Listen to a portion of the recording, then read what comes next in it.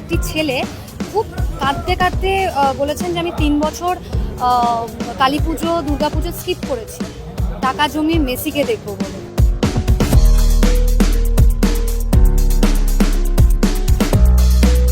এই যে দুর্ভাগ্যজনক একটা পরিস্থিতি তৈরি হলো, আমার মনে হয় না না দর্শক, না আয়োজক, না সরকারের লোক, কারোরই ভালো লাগছে এই ঘটনাটা।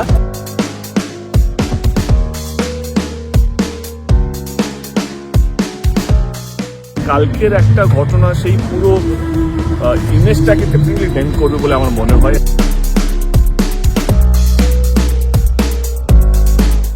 মেসি তো 2011 সালে আগে এসেছে এবং সুষ্ঠুভাবে খেলা হয়েছে।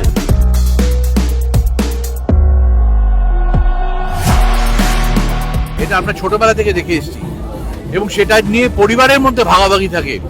ইস্ট বেঙ্গল মোহনবাগানের ভাগাভাগি, এমনকি ব্রাজিল, আর্জেন্টিনা, যারা কোনো প্লেয়ার আমাদের চেনেন না, কিন্তু তাদের নিয়েও আমাদের পাড়ায় পাড়ায় ভাগ, বন্ধু বান্ধব, রেশারেশি, স্বামী স্ত্রীর মধ্যে ভাগাভাগি আছে। সেইখানে এরকম একটা ঘটনা ঘটে আমার মনে হয় কাল যে আনন্দ লাগছে যখন সারা গ্যালারি মেসি মেসি করছিল, আবেগটা সাংঘাতিক, কিন্তু তখন চোখে জল এসে যাবে যারা ফুটবল ভালোবাসে। আমি মেসির খেলা বিদেশেও দেখেছি 3 বার, কাজে সেখানে মেসিকে চোখে দেখতে পাওয়াটাই অনেক ছিল। কেউ দেখতে পেয়েছে, কেউ দেখতে পায়নি, এরকম একটা অবস্থায় এই যে দুর্ভাগ্যজনক একটা পরিস্থিতি তৈরি হলো, আমার মনে হয় না না দর্শক, না আয়োজক, না সরকারের লোক, কারোরই ভালো লাগছে এই ঘটনাটা, যে ফাইনালি তো শহরেই থেকে গেল। এই একটা ক্ষোভের দিন, কেউ খুশি নয় এটা নিয়ে, আমি করতে খুশি হব।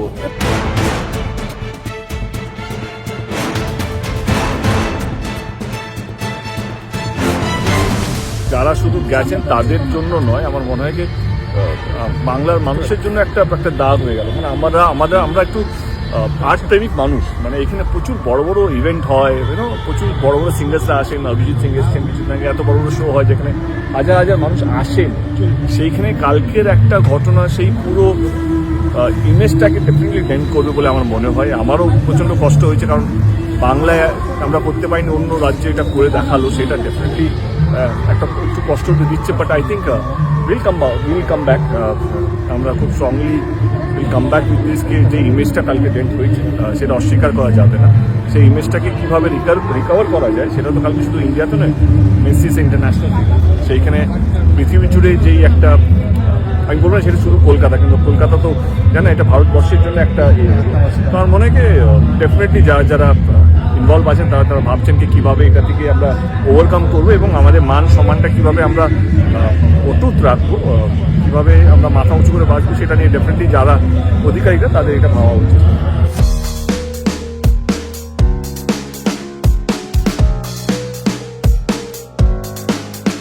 বাকি সব কিছু যদি আমি সাইডে রাখি, একটা জিনিস মানতেই হবে যে যারা সত্যি তাদের হার্ড আর্ন মানি দিয়ে দেখতে গেছে, তারা যে ভীষণভাবে ইনজাস্টিস হয়েছে তাদের প্রতি, এইটা একটা সব থেকে বড় সত্যি কথা। আমরা বাকি যে আনুষঙ্গিক জিনিস হচ্ছে, ট্রোলিং বলো, ভ্যান বলো, ভ্যান বলো, সেগুলো দিকে আমি যাচ্ছি না। সেগুলো মানুষের এত ক্ষোভ, কিছু করার নেই, সেগুলো হবেই। কিন্তু সব কিছুর মধ্যে একটা জিনিস সব থেকে বড় সত্যি কথা, সেটা হচ্ছে সত্যিই যারা হার্ড আর্ন মানি, যাদের হয়তো টিকিটের দাম যা সেটাই তাদের আর্নিং, হয়তো মান্থলি স্যালারি, এমন মানুষ হয়ে গেছে, এমন মানুষ বেশি করে গেছে ইনফ্যাক্ট।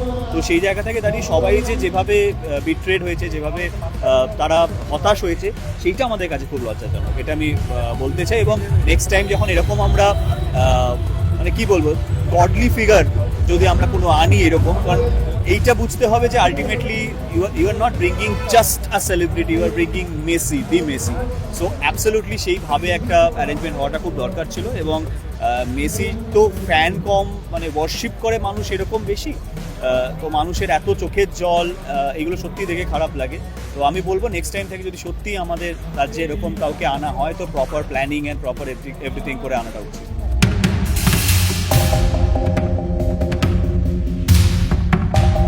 দেখো, এই ফুটবলের শহরে এরকম দুর্ঘটনা আগে অনেক বছর আগে একটা হয়েছিল, খেলার মাঠে গন্ডগোল হয়ে গিয়ে।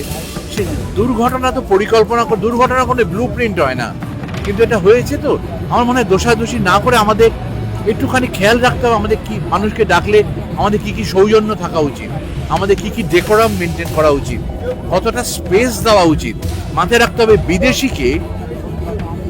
বিদেশে গেলে পরে একটা বাচ্চার ছবি তোলা বেআইনি, বাচ্চার ছবি তুলতে দেয় না তার বাড়ির লোকেরা, কাজে সেখানে তাদের একটা শারীরিক দূরত্বের অভ্যেস আছে। সেইটাকে রেসপেক্ট করতে হবে, তাদেরকে সেই স্পেস দিতে হবে। মেসিকে একটু খোলা জায়গায় পেলেই সবাই খুশি হতো, একটা হুট খোলা জিপে পুরো মাঠটা ঘুরলে খুশি হতো, মেসির পায়ে দুটো বল নাচালে সবাই খুশি হতো, এবং ওর ভাষা কেউ বুঝতো না, কিন্তু ওর গলাটা শুনলে পরে এই দর্শকরা খুব আনন্দ পেত। আমিও দর্শকদের মধ্যে, আমার খুব দুঃখ হয়েছে এবং প্রত্যেকের জন্য দুঃখ হয়েছে। একটা ভালো খবর যে সবাই নাকি তাদের অর্থ ফেরত পাবেন, তাই যদি হয় অন্তত একটা আফসোসের জায়গা থাকলো, তবে এরকম দিন নিশ্চয়ই আসবে। এই শহরেই আবার নিশ্চয়ই মেসি আসবে, আরও সুসংঘবদ্ধভাবে, আরও সুস্থ আয়োজনের মধ্যে আবার সবাই দেখবে। কলকাতা আছে, মেসিও আছে। দেখো, অন্যদের বিষয়ে আমি কথা বলতে পারবো না। মানে তুমি জানো, গণধোলাইয়ের কোনো কেস হয় না, গণধোলাইয়ের কোনো কেস হয় না। এখন সংঘবদ্ধভাবে একটা ভুল হয়, তখন সেটা নিয়ে কাউকে আলাদা আলাদা, ওটা সেলফি, এটা ওটা। আবারও বলছি, সৌজন্য নিয়ে আমাদের সচেতন হওয়া উচিত। অতিথিদের জন্য কতটা স্পেস দেওয়ার দরকার, তাদের সভ্যতা অনুযায়ী সেই স্পেসটা দিতে হবে, সেগুলো আমাদের আগে পরিকল্পনা করা দরকার ছিল। সেটা একদম অর্গানাইজেশনাল ফেলিয়ার, কারণ অন্য জায়গায় সবাই দেখিয়ে দিয়েছে যে একটা সুষ্ঠু অর্গানাইজ একটা কিছু হলে কত ভালো হয়। তো এই অপরচুনিটিটা কলকাতা মিস করবে আমার মনে হয়। একটা বিশ্বজুড়ে মেসি যখন আসছে এবং তার সঙ্গে সুয়ারেজ এসছে, ডিপল এসছে, তাদেরকে অদ্ভুতভাবে রেকগনাইজ করা হলো।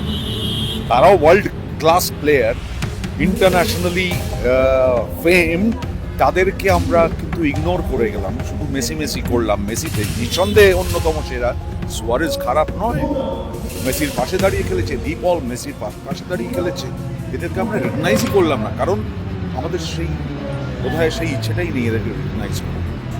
এবং মানুষজন ব্যস্ত হয়ে পড়লো মেসির সঙ্গে ছবি তোলার জন্য।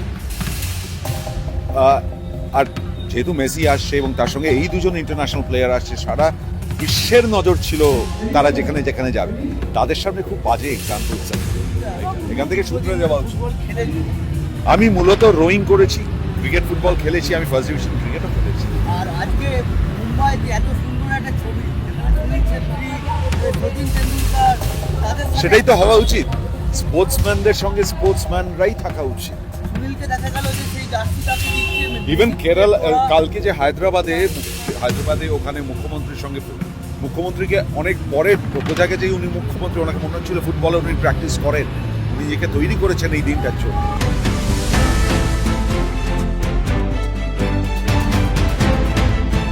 আমি কালকে একজনের ভিডিও দেখছিলাম যে একটি ছেলে খুব কাঁদতে কাঁদতে বলেছেন যে আমি 3 বছর কালী পুজো, দুর্গা পুজো স্কিপ করেছি টাকা জমিয়ে মেসিকে দেখবো বলে। আমার না চোখ দিয়ে জল বেরিয়ে গেছিলো, কারণ কোথাও না কোথাও আমিও মনে করি যে যখন আমাদের কোনো পছন্দের জিনিস অনেক দিন ধরে, ইনফ্যাক্ট অনেক বছর ধরে প্ল্যান করে রাখি আর সেটা হয়ে ওঠে না, এত কিছু করার পরেও তখন যে হার্টব্রেকটা হয় আর যে কষ্টটা হয় আর চোখের জলগুলো আমি যেভাবে দেখছি, সেটা সত্যি হার্টব্রেকিং। আমিও ভেবেছিলাম যে এটা হবে না, কিন্তু আমিও রিয়েলাইজ করিনি যে মানে এমন একজন মানুষ এসছেন, এইটাও মানে আয়ত্তের বাইরে জিনিসটা চলে যাবে। সবাই হয়তো চেষ্টা করেছে, কিন্তু তা সত্ত্বেও জিনিসটা আয়ত্তের বাইরে চলে গেছে।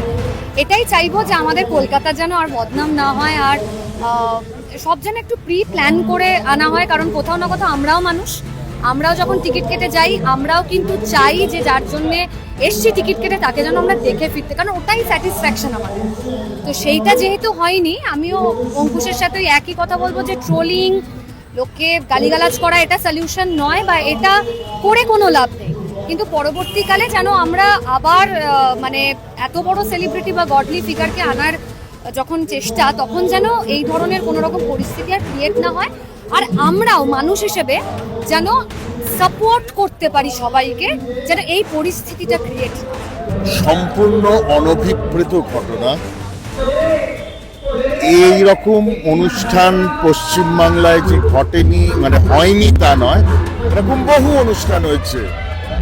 ঘটনাটা হচ্ছে এই মেসি তো 2011 সালে আগে এসেছে এবং সুষ্ঠুভাবে খেলা হয়েছে, সেখানে তো এরকম কিছু হয়নি। সংগঠকদের সম্পূর্ণ মানে কি বলবো আনপ্রফেশনালিজমের জন্য এই ঘটনাটা ঘটেছে, এবং এটা বাংলার লজ্জা, আমাদের সকলের লজ্জা।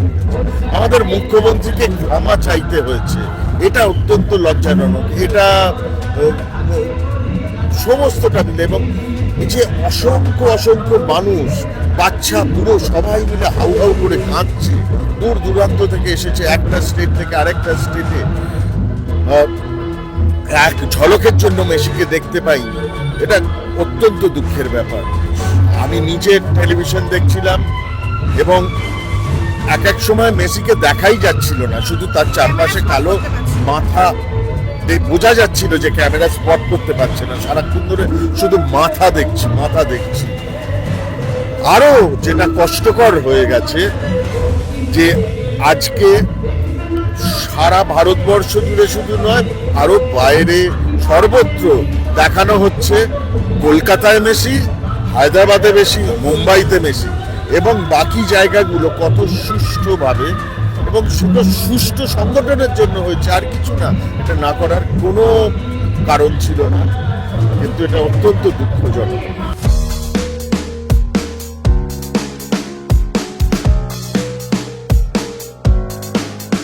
মেসির জার্সি পরে এসে তারপর সে আপুস নয়নে কাঁদছে, এটা তো সত্যি হৃদয় বিদার লাগে।